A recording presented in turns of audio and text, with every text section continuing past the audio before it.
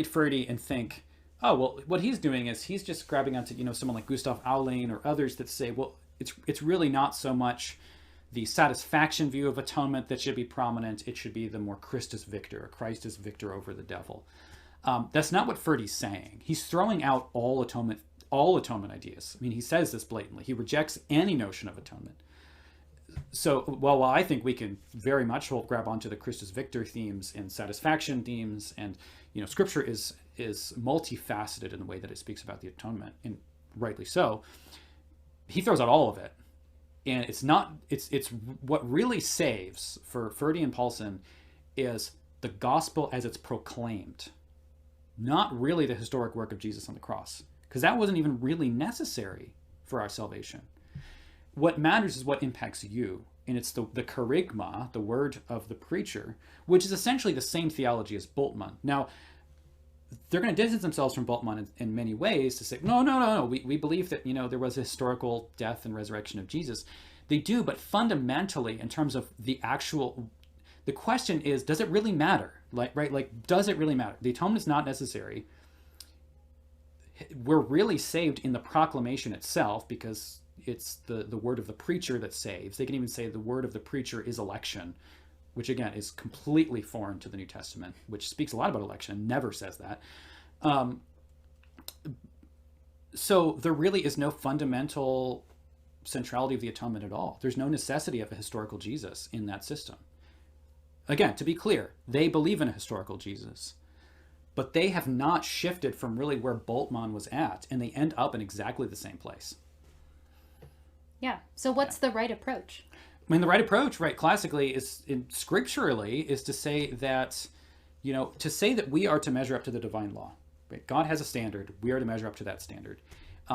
This is consistent throughout the entire scriptures. I mean, God gives Israel his standards in his law. They say, we're going to do it. Right? We're going to do all of it. This we will do. Yeah. Read Deuteronomy 28.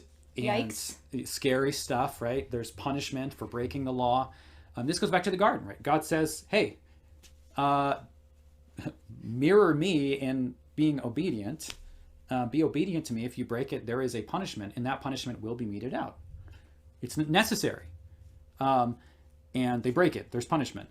And God just doesn't just ignore the punishment. He doesn't say, whatever, I'm just going to forgive anyway. That's not what God does.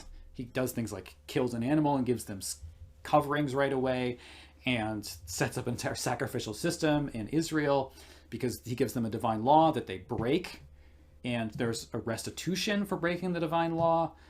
And then we get to the New Testament.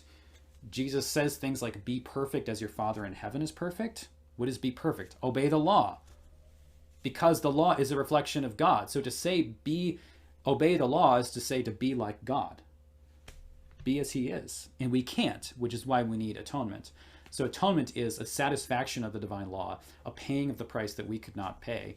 That's why, Jesus takes the curse of the law upon Deuteronomy himself. 28. Deuteronomy 28, which is the curses of the law. Right. So, yes, the law needs to be satisfied for us to be saved. There is no question. Now, we can have, debates about whether that includes passive obedience or active and passive obedience. I'm certainly going to say it's active and passive obedience, both.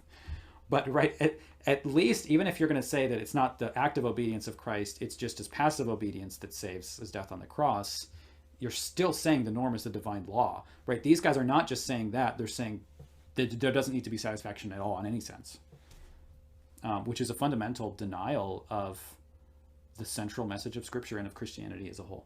Yes. And it's not Christ in the abstract or Christ as just a word of proclamation. Right, but a historical dude. A historical dude that historically lived and died, and not just that he historically died, but he died paying a price. Right. He died doing something. And what Ferde and Paulson and Bayer does this a lot is they shift redemption away from any of the historical happenings on this earth and place it in God's being. This is what, and Barth does this some too. This is something that happened a lot, I think, in 20th century theology. And this is where kind of Barth's actualism comes in, which has a strong impact on a lot of modern theology. And I'll be dealing with this in my Doctrine of God volume. I'll be getting into this a lot. And the relationship between God and the law and all of this. But essentially redemption is no longer that which is played out in history.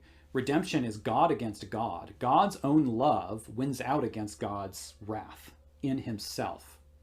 What we see on this earth is not really the playing out of redemption. That happens in God.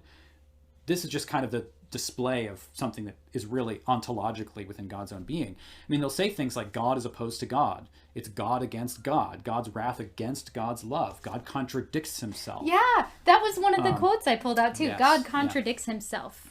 And rather than backing off of this, Paulson in his more recent work has reiterated this repeatedly. This, and I think Bayer I quoted there, but Paulson certainly reiterates that same point. So God contradicts himself. It's God against God.